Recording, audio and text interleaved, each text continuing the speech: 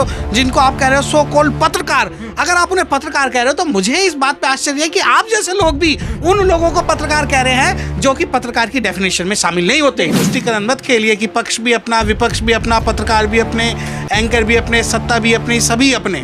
आज आप ये देखिए कि मुस्लिमों के जितने भी प्रवक्ता मेन स्ट्रीम मीडिया पर बैठाए जाते हैं उन सबकी बेइज्जती की जाती है। पत्रकारों को उन्होंने बैन कर दिया तो इससे जो है मीडिया पे हमला है, तो आप गलत हैं, क्योंकि कहीं ना कहीं ये सभी पत्रकार वो हैं जो पैदा जो हुए वो कांग्रेस काल में हुए। क्या इस बात में कभी कोई स्कोप होगा कि SC ST OBC और माइनॉरिटीज का अपनी कोई इंडिपेंडेंट इमेज होगी, अपना इंडिपेंडेंट चैनल होगा? क्रांति अगर करनी है तो इंडिया वालों से एक निवेदन है कि जो गोदी मीडिया या मेन स्ट्रीम मीडिया है उस सबका बहिष्कार करके जो सोशल प्लेटफॉर्म्स हैं उनके आप न्यूज चैनल से बात करिए। गोदी मीडिया हो या कांग्रेस मीडिया हो, कांग्रेस मीडिया ने जो बाबरी मस्जिद कांड है वो कई सालों तक दबा के रखा और उसका जो दोष दिया गया एक माइनॉरिटीज को दिया गया। वो तो कह रहे हैं ना कि मीठा मीठा मतलब गप गप और कड़वा कड़वा तू। जो ये करोड़ों अरबों रुपए के जो पत्रकार हैं जिनके ऊपर कोयला घोटाले के आरोप लगे, जो जेल गए, जिनके ऊपर वर्तमान में FIR है, जब तक वो जेल नहीं जाते तो भारत के अंदर निष्पक्ष नाम नहीं ले रहे हैं आप। नहीं, नाम लेने से मुझे क्या, मुझे उसको आप पब्लिसिटी देना चाहते हैं क्या? दुनिया को पता है कौन तिहारी है। नहीं, दुनिया को पता है। आपको लगता है नहीं वो 14 लोग ही आवाज उठाएंगे, रवीश कुमार ही आवाज उठाएगा, तो ये आप लोगों की गलतफहमी है, मेरी नहीं है। देश की जनता जब तक टीवी के चक्कर में और न्यूज के चक्कर में रहेगी, ये देश की जनता को ये टीवी बेचता रहेगा। और 14 एंकर्स को इंडिया गठबंधन ने ये कहते हुए बैन कर दिया कि ये नफरत फैलाते हैं, चाटुकारिता करते हैं, लेकिन उसी पे विपक्ष वाले मतलब पक्ष वाले जो भाजपा वाले हैं और एंकर्स का सवाल ये है कि क्या उस पे मीठे मीठे सवाल करें तब विपक्ष वाले का हिसाब से सही रहेगा। इसी पर चर्चा करने के लिए हमारे साथ एडवोकेट सत्यप्रकाश गौतम जी मौजूद है। ये क्या सोचते हैं, क्या बैन करना सही है? क्योंकि लोकतांत्रिक देश में कहा जाता है कि सबको आज़ादी होनी चाहिए।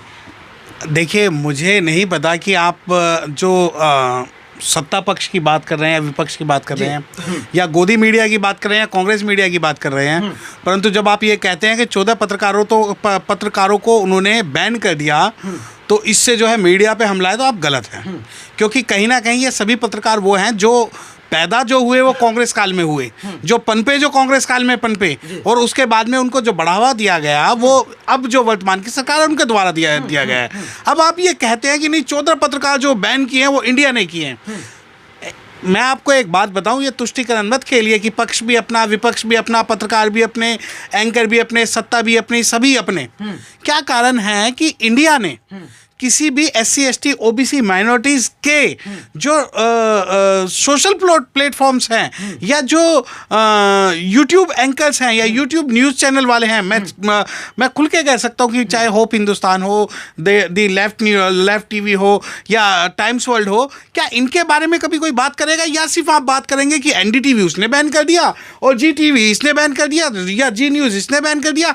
क्या इस बात में कभी कोई स्कोप होगा कि SC ST OBC और माइनॉरिटीज का अपनी कोई इंडिपेंडेंट इमेज होगी, अपना इंडिपेंडेंट चैनल होगा? अब आप ये कहते हैं कि नहीं इंडिया ने जो है ये 14 पत्रकारों को बैन कर दिया, बहुत बढ़िया, ये क्रांति कर दी।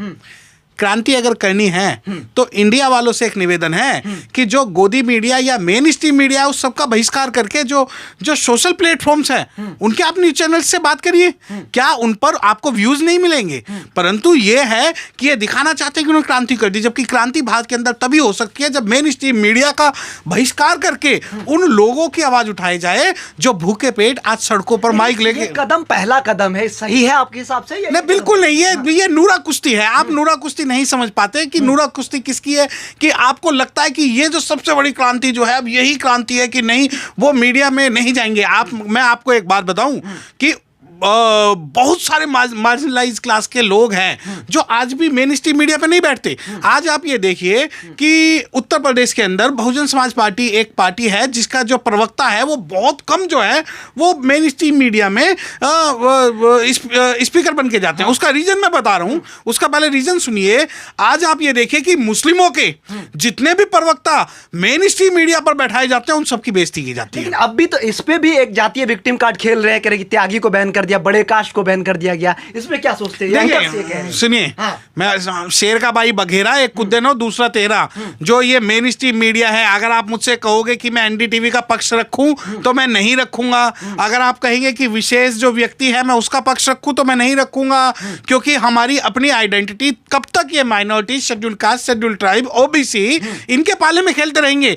आज इन्होंने वो 14 मेन स्ट्रीम जो जिनको आप कह रहे हो सो कॉल्ड पत्रकार, अगर आप उन्हें पत्रकार कह रहे हो तो मुझे इस बात पे आश्चर्य है कि आप जैसे लोग भी उन लोगों को पत्रकार कह रहे हैं जो कि पत्रकार की डेफिनेशन में शामिल नहीं होते। लेकिन वो तो कह रहे हैं ना कि मीठा मीठा मतलब गप गप और कड़वा कड़वा थू थू। नहीं, मीठा मीठा गप गप और कड़वा कड़वा तू तू ये बनाया किसने? कौन मीठा उन्हें बना के लाया? किसने जो इनके ब्रॉडकास्ट चैनल को ब्रॉडकास्ट किया? किन्होंने इसने फंडिंग की? जब कांग्रेस कांग्रेस ने तो पैदा किया, आप कहना नहीं, बिल्कुल जो ये आज भारत कुछ चाहेंगे कि उसके खिलाफ नहीं, आज उन्हें लगता है कि आप लोगों के हाथ में माइक आ गया और जो बेजुबान की मुंह में जबान आ गई तो आज वो मीडिया को कंट्रोल करना चाहते हैं। मैं तो कहता हूं कि इंडिया वाले को चाहिए कि जितने भी डिबेट हो वो ओपन प्लेटफॉर्म पे हो, उसमें एक एससी हो, एक एसटी हो, एक ओबीसी हो, एक माइनॉरिटीज हो। आप इंडिया की जो सबसे बड़ी पार्टी है कांग्रेस, मैं उसको आपके चैनल के माध्यम से चैलेंज कर रहा हूं कि अगर वो अपना प्रवक्ता किसी मेन स्ट्रीम मीडिया पे भेजें और किसी डिबेट पे भेजते हैं तो उस पैनल में एक एससी, एक एसटी, एक ओबीसी और एक माइनॉरिटीज को भेजें, परंतु वो नहीं भेजेंगे। इनके प्रवक्ता कौन है? अगर आप आज इंडिया की बात कर रहे हैं, इंडिया चैनल, अगर इंडिया ने कुछ पत्रकारों को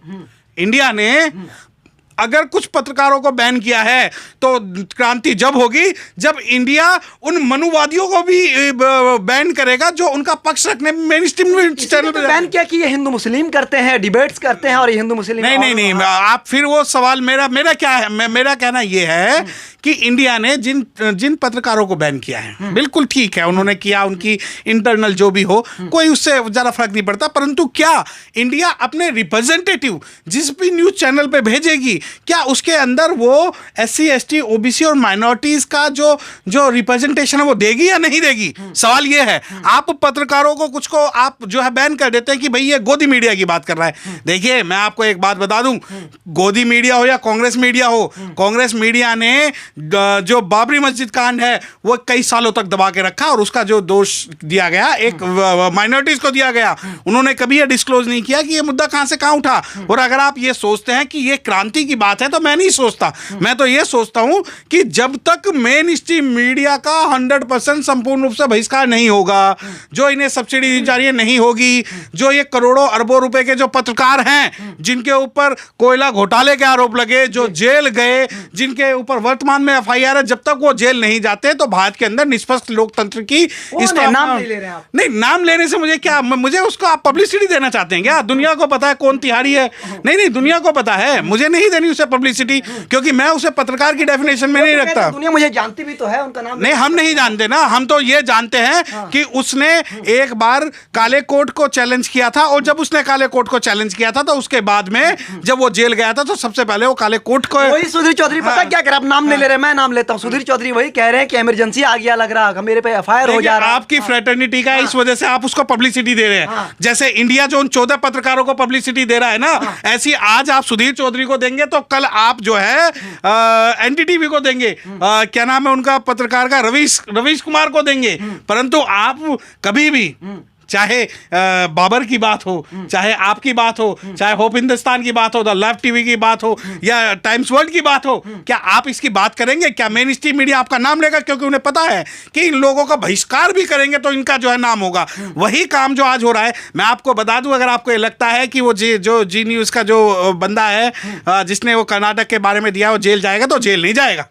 आप गलतफहमी में हो। आपको ये दिखाया जा रहा है कि इस नूरा कुश्ती में आप लोग फंसे हुए हो, और नूरा कुश्ती अगर आपको लगता है कि इस नूरा कुश्ती में मैं भी फंसूंगा तो मैं नहीं फंसूंगा। मेरा एक दिमाग है, मेरा दिमाग इसलिए काम कर रहा है कि किसी भी कांग्रेस ने या किसी भी इंडिया के रिप्रेजेंटेटिव ने पूरे भारत में मेन स्ट्रीम मीडिया का बहिष्कार नहीं किया, और जब तक भारत के अंदर मेन स्ट्रीम बिकाऊ गोदी मीडिया का बहिष्कार नहीं होगा, कुछ भी ये नूरा कुश्ती करना बेमानी है। आप एक वकील है, वकील के तौर पे बताइए, अगर बायकॉट कर दे तो भी आपके हिसाब से कुछ नहीं होने वाला, नहीं करे तो भी आपके हिसाब से? बिल्कुल, ये नूरा कुश्ती है ना। आप बायकाट करते हैं, 14 उसका करते हैं। मैं कहता हूं कि जितने भी न्यूज चैनल हैं, जितने भी मेन स्ट्रीम मीडिया हैं, जितने भी फंडर हैं, जितने भी फंडिंग हो रही है, बात भी तो पहुंचानी होगी ना। नहीं, बात पहुंचाने के लिए मुझे आप जैसे पत्रकारों की जरूरत है जो सड़कों पर माइक लेके घूमते हैं। क्या उनके मुंह में जवाब नहीं है? वो अगर आप ये सोचते हैं कि वो शेर है कि हमारे मुंह से जो निकले वही सदाकत है, हमारे मुंह में तुम्हारी जुबान थोड़ी है। अगर आपको लगता है कि सिर्फ अगर सुधीर चौधरी या रवीश कुमार माइक पकड़ेगा तो आवाज उठेगी, तो ये गलत है। मैं कहना चाहता हूं कि जब होप हिंदुस्तान, टाइम वर्ल्ड और दी लेफ्ट टीवी अगर आवाज उठाएगा तो भी आवाज उठ सकती है, परंतु आपको लगता है नहीं वो 14 लोग ही आवाज उठाएंगे, रवीश कुमार ही आवाज उठाएगा, तो ये आप लोगों की गलतफहमी है, मेरी नहीं है। आपको लगता है कि वो नूरा कुश्ती कर रहे हैं, उस नूरा कुश्ती में आप मुझे शामिल करके अगर सोचते हो कि मेरे मुंह में आपकी जबान होगी तो नहीं होगी। तो देश की जनता को एक वकील के तौर पे आप क्या संदेश देना चाहते हैं? आखिरी सवाल। नहीं, देश की जनता जब तक टीवी के चक्कर में और न्यूज के चक्कर में रहेगी, ये देश की जनता को ये टीवी बेचता रहेगा और उनकी जो संकुचित मानसिकता है उसके अंदर भेदभाव फूट डालकर जातिगत धार्मिक हिंसा करवाता रहेगा। जिस दिन भारत के लोगों ने इनकी जो बंदर बाट है, इनकी जो नूरा कुश्ती है, इनकी जो ये कार्टून है, इनका जो ये WWE की रेसलिंग है, इनकी जो प्लांटिंग थ्योरी है, इनको जब तक ये लोग बहिष्कार नहीं करेंगे तब तक भारत के लोगों के का नुकसान होगा, चाहे वो राजनीतिक रूप से हो, आर्थिक रूप से हो, सामाजिक रूप से हो। बहुत शुक्रिया बातचीत करने के लिए हमारे साथ। तो आपने सुना, ये थे हमारे साथ एडवोकेट सत्य प्रकाश गौतम, जिन्होंने बेबाकी से अपने सारे सवालों का जवाब दिया। इनका कहना है कि टीवी छोड़िए अगर देश की भलाई चाहते हैं। आप क्या सोचते हैं कमेंट सेक्शन पे इस वीडियो पे बताइए। फिलहाल हमें इजाजत दीजिए, शुक्रिया।